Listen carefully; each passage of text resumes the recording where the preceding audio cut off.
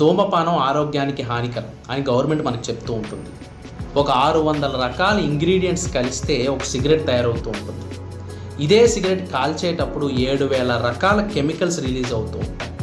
అందులో 69 రకాలు cancer causing ఏజెంట్గా చెప్తూ ఉంటారు.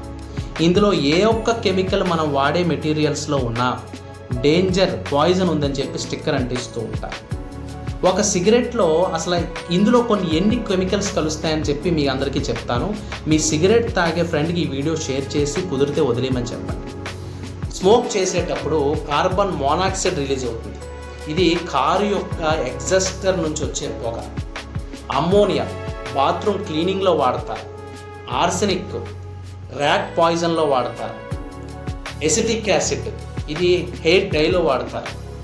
ఎసిటోన్ నెయిల్ రిమూవర్లో వాడతారు. ఫార్మాల్డిహైడ్ మెడికల్ కాలేజీల్లో కానీ మార్చురీలో కానీ డెడ్ బాడీ కుళ్ళిపోకుండా ఉండడానికి వాడతారు. లెడ్ బ్యాటరీ తయారీలో వాడతారు. ఇది పెట్రోల్లో కలపడం కూడా బ్యాన్ చేశారు కానీ స్మోకింగ్లో ఉంటుంది.